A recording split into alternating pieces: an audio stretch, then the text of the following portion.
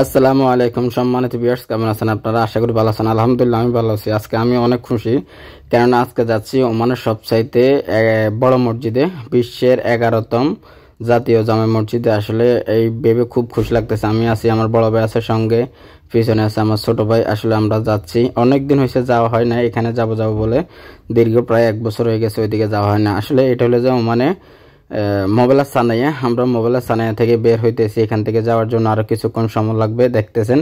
আসলে এই সমস্ত দেশগুলোতে এই জিনিসগুলো খুব ভালো লাগে। এক সাইড হইলো যায় কর্মজীবী যারা, যে সমস্ত দোকানপাট আছে ওগুলা, আর অন্য সাইড হইলো ওমানিদের বসত বাড়ি ঘর দুয়ার, মানে যারা থাকার জন্য যে সমস্ত, দেখেন যেখানে কিন্তু থাকার জায়গা ওইখানে কিন্তু কোনো ধরনের কিন্তু ওয়ার্কশপ ফ্যাক্টরি কোনো কিছু থাকবে না। আসলে এই জিনিসগুলা, এই কারণগুলোর জন্য ওমান সেরা।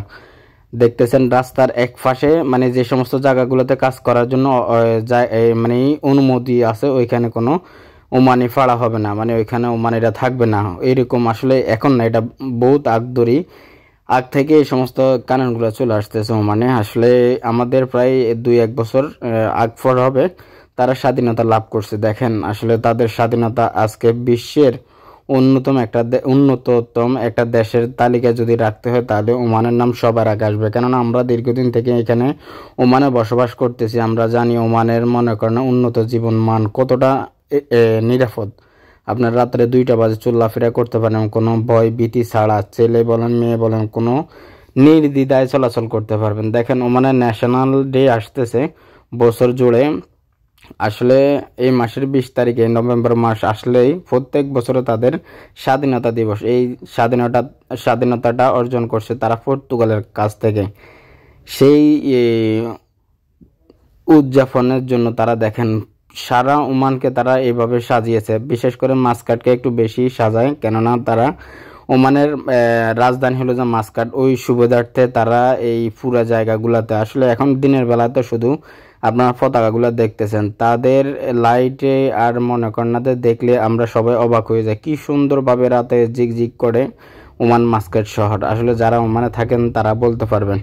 যাই হোক, আজকে যাচ্ছি মসজিদে। আমরা মসজিদের বিষয়ে কথা বলি। আলহামদুলিল্লাহ, দেখতে দেখতে চলে আসলাম আমরা সুলতান কাবুস গ্র্যান্ড মসজিদে। আসলে বিশ্বের 11তম মসজিদ হলো এইটা।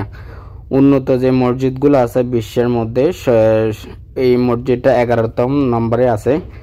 আসলে দেখেন আমরা মসজিদে চলে আসছি। আলহামদুলিল্লাহ, দেখেন শত শত হাজার হাজার মানুষ এখানে মসজিদে নামাজ পড়তে আসছে। আমরা চলে আসলাম। আসলে এই হইলো যে বাইরের অবস্থা, অনেক সুন্দর লাগতেছে। আসলে ঘুরে ফিরে আপনাদের একটু দেখানোর চেষ্টা করব। এখানে দেখেন কি সুন্দর, মাশাআল্লাহ। আসলে যারা ওমান আছেন তারা বলতে পারবেন এখানে এই মসজিদটা কেমন দেখতে। অনেক দূর দূরান্ত থেকে প্রত্যেক শুক্রবার হলে এখানে মানুষ নামাজ পড়তে চলে আসে।